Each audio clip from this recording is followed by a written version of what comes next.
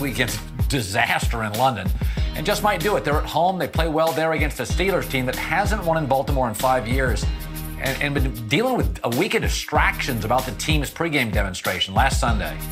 All right, here we go, Whitlock. Do you trust Mike Tomlin to have the Steelers all focused in on the rival Ravens? Listen, I think both of these teams were an embarrassment last week. Yeah. The Steelers because of the discord on the team. The Ravens obviously went over to London and got embarrassed by Jacksonville. Mike Tomlin's back's against the wall. And this is where I like him. This is when he's at his best. I think this team's going to be extremely focused. And again, it may only last 1 week. But again, Mike Tomlin lives for AFC North football. Lives for it.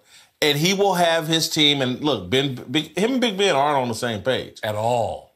He will have them ready this week. They'll perform this week. And then they may go right back into the toilet the next week. But a big AFC North showdown with everybody focused in and him thinking about Terry Bradshaw coming on this show or someplace else and calling him a cheerleader, he'll perform this week. I don't have that much confidence. I think they have deep-rooted issues. If you and I had issues, it'd be one thing.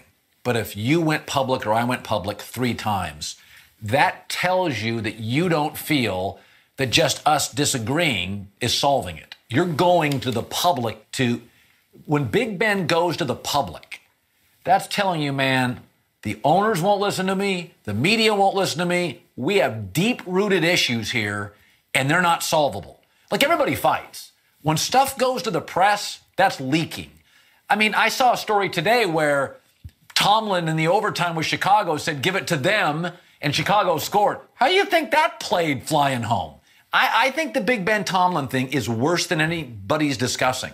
Yeah, I don't like their situation, but I'm with you.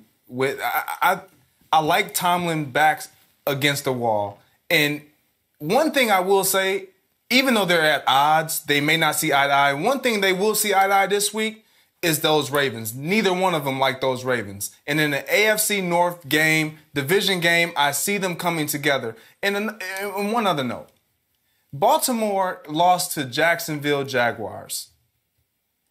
Badly. It was a slaughter. They got problems, too. They got problems. Thank you. They have problems, too. They have a bad O-line. They have problems, too. And so with that, both of these teams are trying to get back on track, and I just don't see these guys in Pittsburgh, the Steelers, going down there and just laying an egg like they did in Chicago. I don't see it happen. Like you said, everybody don't get along. Mom and daddy don't get along all the time. But this football team supports Tomlin. When Terry Bradshaw called him a cheerleader, the team came and said, hey, we love our coach. Now, you're not going to always get along. I think when the press goes and asks a question, they ask Big Ben a question, you're going to answer the question. You didn't say, hey, I'm going to hold a press conference. I want to tell you this is what's going on in the locker room. We don't like this. We don't like that. When you ask the question, if you feel like a man, I'm going to answer the question. I disagree, Eric. Yeah. Listen, I think Colin's right in this sense.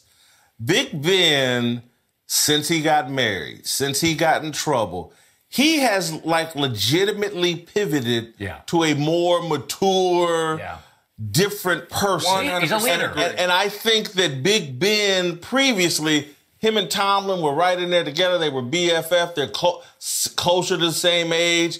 But I just think as Big Ben has matured, it's like, no, man, I got very little time to win a 3rd and possibly a 4th Super Bowl. And the other thing, and again, I'm not casting aspersions. I'm not trying to take a cheap shot. But Todd Haley, the offensive coordinator, it appears to me Big Ben is more on the same page with him. And I can see Todd Haley's dad, Dick Haley, was in the personnel office in Pittsburgh. I can see Todd Haley wanting to be the head coach. And I'm not saying he's trying to snake Tomlin, but I could see Ben and Haley. Haley used to be the head coach in Kansas City.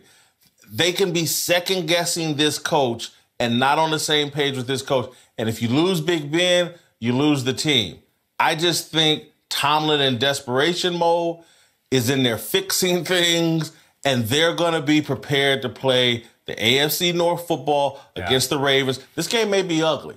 Pittsburgh's going to be ready. I think you pointed out something about 2 weeks ago. Seattle and Pittsburgh are these 2 great rosters, but there's a lot of ego and a lot of personality, and Pete and Tomlin tend to empower the player to talk.